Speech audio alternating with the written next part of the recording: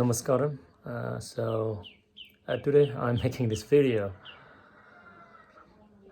There are many things to talk about, but today I would especially want to speak about the Lord Pashupatinath temple.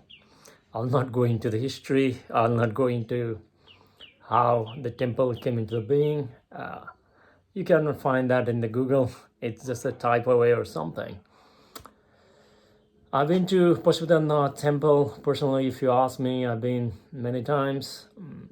When I started meditating, the Buddhist meditation many years ago, there were some of my, you can say, customers who visited Nepal, and then they wanted me to take them to the temple. And they went over there. One of the person went inside and came out. He has got like a lot of desires. For me, although me been to the temple several times earlier, I've never actually went inside because I was doing Buddhist meditation, and I thought that like there's no God, there's no requirement for all this, going to the temple or something. But many years afterwards, some spiritual experience happened by the grace of Ramana Mercy, and I went to Tiruvannamalai and I saw the lingam just on the top of Ramana Mercy's samadhi. At the time, the logical mind was not there, just the exuberance of energies and everything. And fast forward, I got initiated into Shambhavi Mahamudra Kriya, and now I'm under the grace of Sadhguru. I found a life master. And why I'm connecting the Pashupatinath temple here is I took one of my colleague, or you can say classmate or a friend also. He's a very close friend of mine, belonging from Kathmandu Valley. So we went to the temple, Pashupatinath temple, and I just sat on the side, and then it was quite powerful. By this time, I have already completed all the major programs from Isha, including the Samyama and Samyama Sadhana also. So you can say that I somehow know how to tap the energies, wherever they are, and become available to them. And that is one of the reasons I'm making this video, is because I don't want this knowledge that is bestowed by the life gurus like Sadhguru to die with me. I'm just leaving the digital footprints only because you may get initiated by him, and then you'll know what all this life is all about. So I sat down in the Pashupatinath temple, and then for a while my friend was getting eerie. He was feeling weird that, why I was meditating, because most of the people were just coming over there. Some of them might have desires, some of their desires have been fulfilled, and they just came to, give thanks to the God, gratitude, all that kind of stuff. Some of the people were talking about, mystical dimensions. I'll not go too much into that one, but it was quite awesome. And then after that, I told him, okay, let's go to the cremation grounds, because just behind the Pashupatinath temple, there's a cremation ground. It's, you can say very similar to that one you can find in the Varanasi, Kashi, Manikarnika Ghat, and all that kind of other cremation grounds. So I'll not also go into the significance of that one, but the beauty of Pashupatinath is not in the grandeur of the temple, but the beauty of it is to make people realize the vulnerability of this physical nature. The physical nature can be dismantled any moment. So I asked him, let's go and then watch some of the cremation that was going on, because it's all the time. Most of the time it's on all the time. The bodies are brought over there, they are getting burnt. Some people will, cry, and finally they will, after a while, like the cremation will be over, and then they will go on their way. And this is a process that is a usual thing that you can see, and a lot of tourists actually come there to view this. And fast forward like a few days back, I had a chance to go to Pashupatinath temple again. When I went over there, like the queue was massive. But because of the grace of Sadhguru, for me to access the Pashupatinath, I don't necessarily have to be seeing him or like be close to him or like go around the queue. One of the beauty of the Pashupatinath temple is you don't actually need to stay in a queue.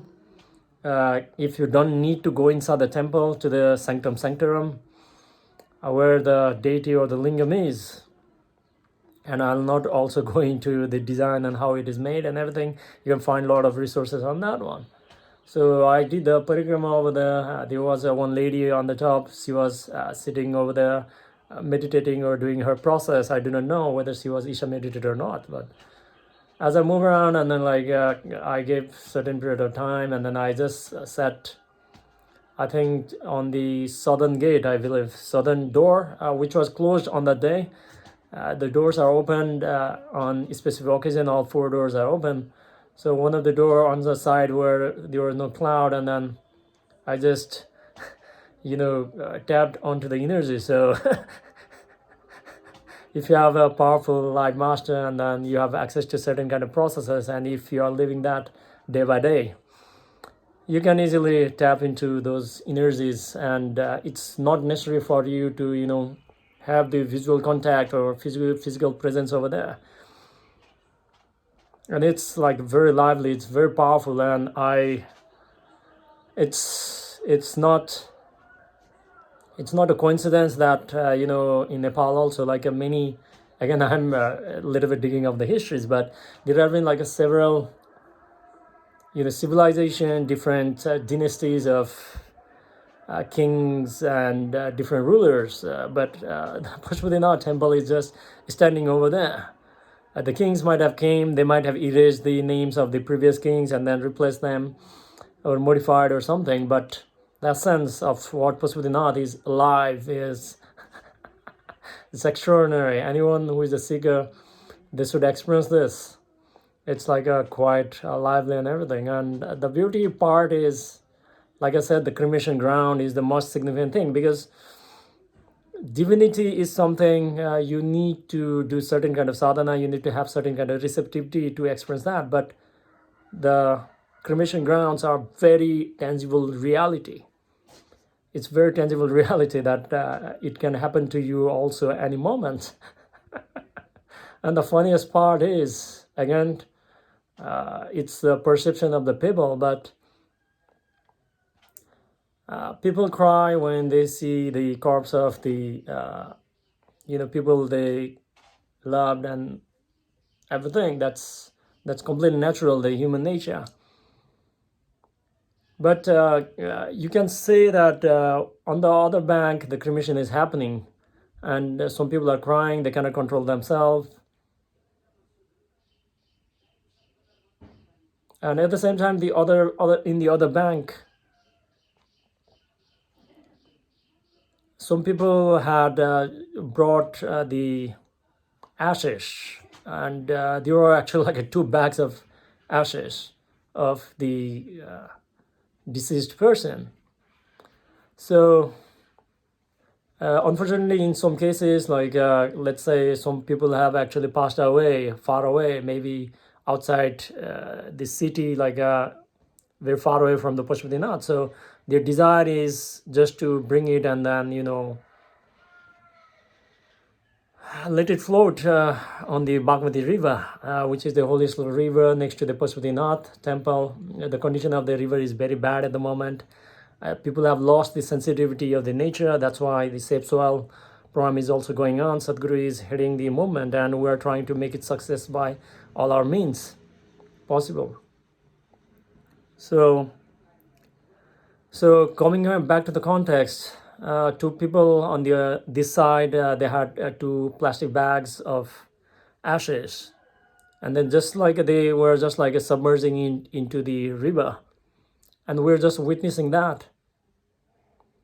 And just the moment they turned around, they didn't even bow down to the ashes. They didn't even spend any moment. They just turned around and then they started climbing the stairs.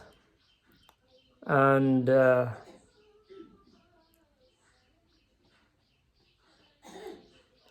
this is the reality of life. And then two women like who went to him, possibly beggars. They asked for certain money, and then he donated some of the money. And as these people like started climbing up, the monkey came in, and then like the guy gave the banana to the monkey, and these people were giggling, and then they just left. So this is what the entire life is all about. So most of the people, like you can say like entire humanity, 99.99% of the people have been investing their time and energy not knowing it can be over any moment. And they are just like investing their time and energy in collecting tangible things, relationships, everything. And then once you're dead, some people will obviously cry. There are several reasons. I will not go and then make this more funnier, but if you ask from the hardcore point of view, you cannot cry to the person you do not know. You can only cry to the person you know, because they were supporting your life emotionally, physically, all that kind of stuff. So that is one aspect of it. And now that person is gone, then your emotional, physical, psychological, or physical support is no longer there. But people will cry for some times, and then they will also eventually forget. So this is the investment of what we have done in our life. So, and I'm laughing because like this is like a joke that whatever we thought significant and everything is all left behind. And then as long as you have a face, even after you are dead and then you have a face, people will cry for some time. But once you become an ash, people will just like throw it away, and then they don't even feel anything after a while. Because one of the reason is because people feel pain when somebody dies is not because somebody died, but they came to certain kind of realization that they also have to die unconsciously, subconsciously. So Pashupatinath is very, very significant. I don't want to make this as a guide to how to explore Pashupatinath. It's not like that. So the energies of Pashupatinath is very alive. If you have certain kind of processes in your hand, you should make use of it. It's very powerful. If you go a little bit far away, you'll not be able to experience that kind of energies. So maybe I do not know. I cannot comment on different aspect of it, but it's alive. So please make use of it. Namaskaram.